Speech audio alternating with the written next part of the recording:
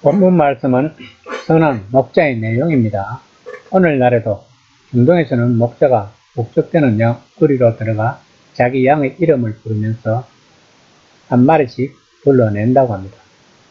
양들은 목자의 음성을 알아듣고 목자에게 다가온다고 합니다. 목자는 거의 매 시간을 양들과 함께 지낸다고 합니다. 그들은 양들의 개별적인 특징과 무늬, 취향까지 알고 있을 것입니다. 양들도 목자를 안다고 합니다.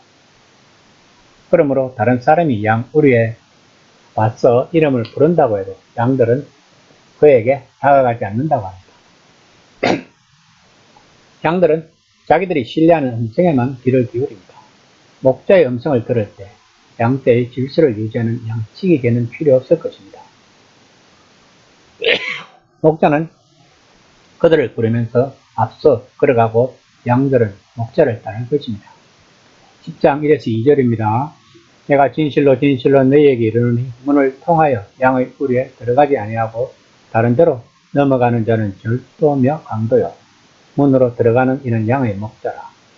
본문을 이해하려면 앞의 9장에서 전개된 내용을 기억하면서 본문을 읽어야 합니다. 9장의 중요한 질문은 이것입니다. 예수님은 하느님에게서 왔는가 아닌가? 그는 예언자인가 아닌가? 그는 메시아 즉 하나님이 세상의 재판관으로 세우실 인자인가 아닌가? 그러면 10장에서 목자와 양의 비유에는 어떤 연관성이 있을까 하고 생각해야 하는 것입니다. 성경에서 목자와 양의 비유는 왕과 그 백성에 대한 언급으로 빈번하게 사용되었습니다. 성경에서 이상적인 왕은 목자로 비유되는데 아마 그 모델은 하나님의 마음에 합한 왕인 목동 출신의 다윗이었을 것입니다. 목자와 양 사이에 오가는 친밀한 접촉과 신뢰에 익숙한 세계에서 이것은 그들이 왕관을 설명할 때 선호하는 방식이었다고 합니다. 이것이 자신이 이스라엘의 참 왕이라고 주장을 설명하면서 예수님이 고르신 비유인 것입니다. 예수님은 이런 질문을 던지시는 것입니다. 하나님이 세우신 참 왕이 올 때 너는 어떻게 그를 알아보겠느냐는 것입니다. 그 답이 이어지는 말씀입니다. 10장 3에서 5절입니다. 문지기는 그를 위하여 문을 열고 양은 그의 음성을 듣나니 그가 자기 양의 이름을 각각 불러 인도하여 내느니라. 자기 양을 다 내어놓은 후에 앞서가면 양들이 그의 음성을 아는 거로 타인을 따르지 아니하고 도리어 도망하느니라. 양들이 참 목자를 알아보는 것과 똑같이 참 왕을 알아볼 수 있다는 것입니다. 아무라도 예루살렘에 등장하여 지도자인 양 다 될 수는 있지만 하나님이 정하신 방식대로 오는 사람만이 그렇게 할 권한이 있다는 것입니다. 하지만 참 왕의 표지는 그의 음성을 듣고 사랑과 신뢰로 그를 따르는 사람들, 그들의 마음에서 우러나는 반응이라는 것입니다. 예수님은 본문 말씀을 통하여 이렇게 말하고 싶은 것입니다. 이것이 바로 내가 하고 있는 일이다. 이것이 하나님이 나를 이스라엘의 참왕으로 보내셨다는 것이다. 내가 날 때부터 눈먼 사람을 치유하는 것이 바로 그 증거다. 사람들이 내 말을 듣고 나를 따르는 것이 하나님이 나를 보내셨다는 증거라고 말씀하고 있는 것입니다. 그러나 무리들은 예수님의 비유의 말씀이 무슨 뜻인지를 알지 못합니다. 10장 7에서 8절입니다. 그러므로 예수께서 다시 이르시되 내가 진실로 진실로 너희에게 말하노니 나는 양의 문이라.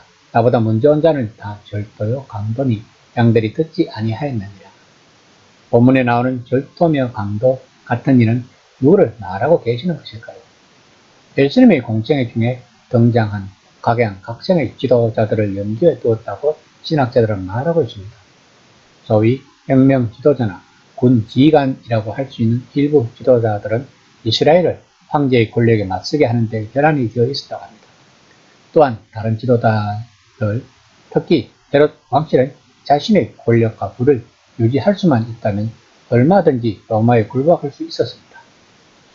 10장 9에서 10절입니다. 내가 문이니 누구든지 나로 말미암아 들어가면 구원을 받고 또는 들어가면 나오며 꼴을 얻으리라.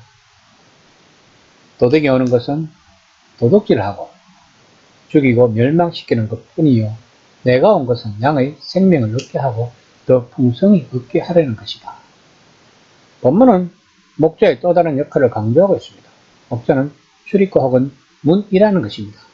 중동 지방에서는 양 우리에서 목자가 밤에 입구에 누워 양은 나가지 못하게 하고 약탈자는 들어오지 못하게 막았다고 합니다. 예수님은 어떻게 목자가 양을 안전하게 지키고 시편 121편 8절의 하느님처럼 양들이 나가고 들어오는 것을 지켜보시는지 보여주시려고 하는 것 같습니다. 본문의 핵심은 양의 안전과 풍성한 삶에 있습니다. 목자는 자기 이익을 추구할 권리가 없다는 것입니다. 그저 우선순위는 양입니다. 그런 양을 찾아라. 그가 바로 여호와께서 기름 부은이다. 라고 예수님은 말씀하고 있는 것입니다.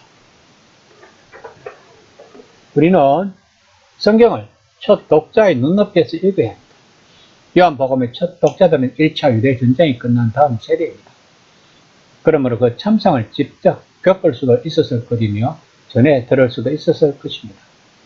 명명 지도자들과 그들을 따르는 우리들이 어떻게 최후를 맞이했는 것을 잘 알고 있었을 것입니다. 또한 헤롯 왕가나 그 당시 지도자층들인 사두개인들이 어떻게 행동을 했다는 것도 잘 알고 있었을 것입니다. 또한 요한이 지금 무엇을 이야기하고자 하는 것을 완벽하게 이해했을 것입니다. 요한복음은 요한이 그 당시 예수님을 따르던 사람들에게 쓰여진 책입니다. 2000년이 지난 현재 우리들을 위하여 쓰여진 책이 아니라는 것입니다. 그러므로 우리들은 항상 첫 독자의 심정으로 성경을 읽어야 하는 것입니다.